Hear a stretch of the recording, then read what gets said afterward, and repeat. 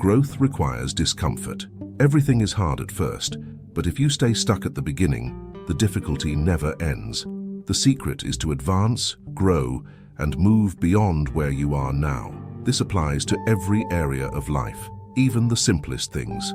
At home, I have a rule for helping my children grow. If a child can ask me to change their diaper, it's because they're ready to start taking care of that themselves. I won't let them stay in a stage they've already outgrown. Growth may be uncomfortable, but it's necessary. The same applies to your life. Stop resisting growth and the changes it demands. If you surround yourself with people who only complain, depend on the government, or have a limited mindset, what do you expect to reap from that? The principle of cause and effect. The law of cause and effect is clear. The cause is the seed, the effect is its unfolding. But there's something fascinating about this. Think about an apple. If you cut it open, you can count the seeds. 5, 7, maybe 11. That's easy to measure. But how many apples are inside a single seed? No one can answer that. The potential for multiplication within a seed is infinite. This is the greatness of creation, the infinite wealth of the earth. Some say Earth's resources are running out, but that's not entirely true. Water, for example, doesn't disappear, it repositions itself. The wealth of the earth is like seeds, infinite in its cycle of renewal. If you fly over the Amazon, you'll see a sea of trees that sustain each other without direct sunlight or human intervention. This forest, like seeds, reflects the prosperity and abundance God has embedded in creation. The lesson of the apple and the seed. Counting the seeds in an apple is simple, but understanding the multiplication potential of a single seed changes your perspective. When you plant, invest, or work, you activate this infinite cycle of multiplication.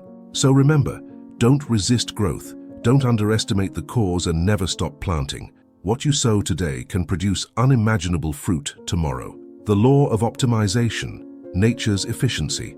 Have you noticed how nature always finds the most efficient path? This is known as the law of optimization, reflecting efficiency in everything around us.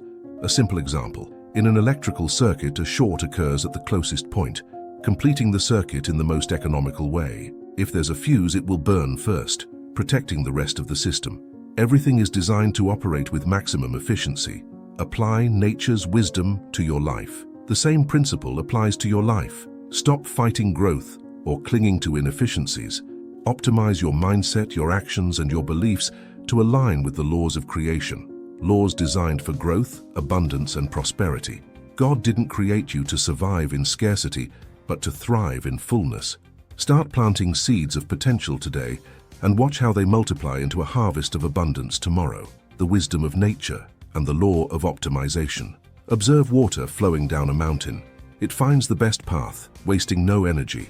Where the water passes, grass grows, the soil softens, and life flourishes.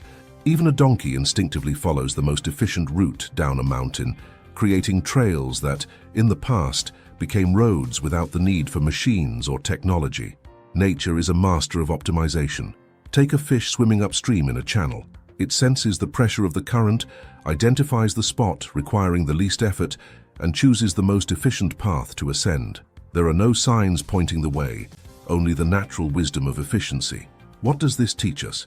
That we can learn a great deal simply by observing nature. Watching how it operates helps us understand how to apply the law of optimization to our own lives. Break rules, preserve principles. Optimizing life also means reassessing what works and what doesn't.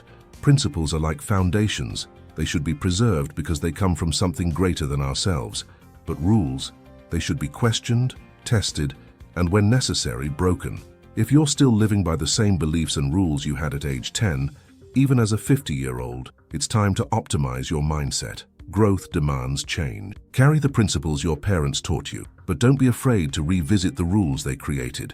Those were designed for a specific context, and contexts change. Applying the law of optimization reveals that the shortest and most efficient path isn't always the fastest, but it's the one that preserves your resources and energy.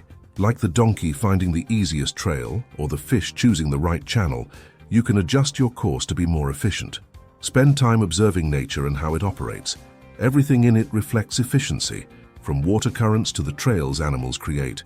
Contemplation leads to profound insights about living more intentionally and productively.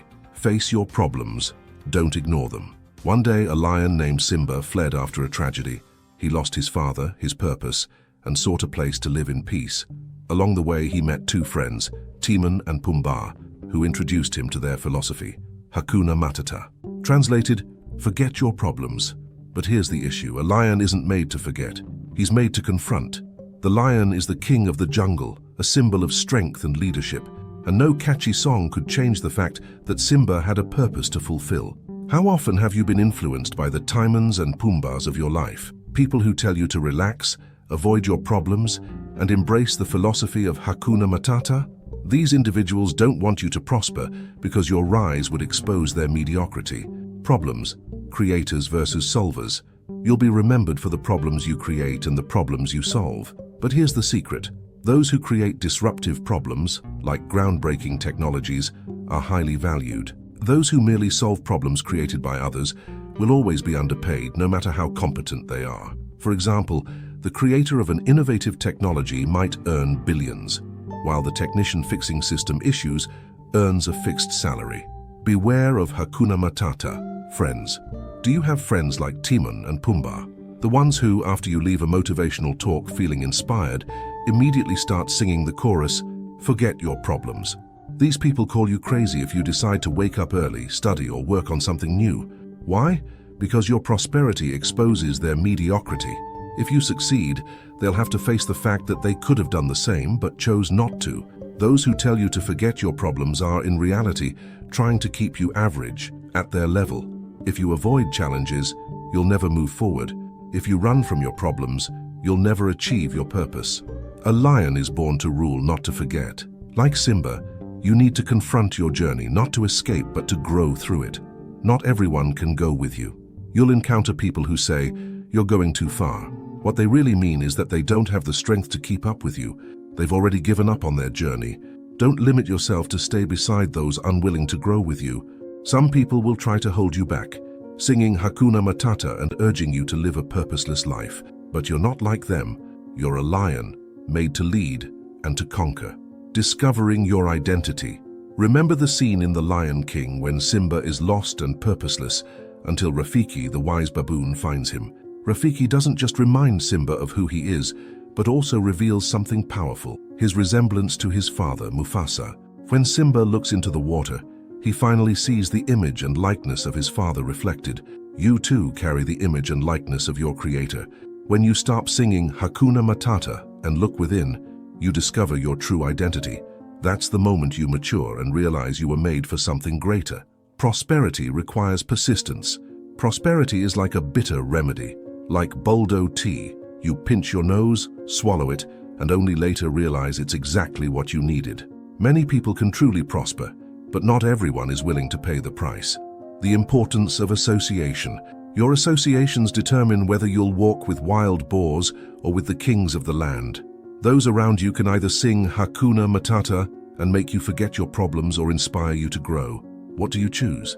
Remember, success isn't just about hard work. It's about mindset. Train yourself to push beyond limits. For example, when I'm at the gym and the trainer says just one more rep, my body automatically does too. That's not physical strength. It's a command I've programmed into my mind. Always go further. Reclaim your purpose.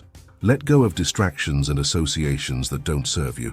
Return to the place you were made for. Like Simba, go back to your rightful home, to the purpose God designed for you.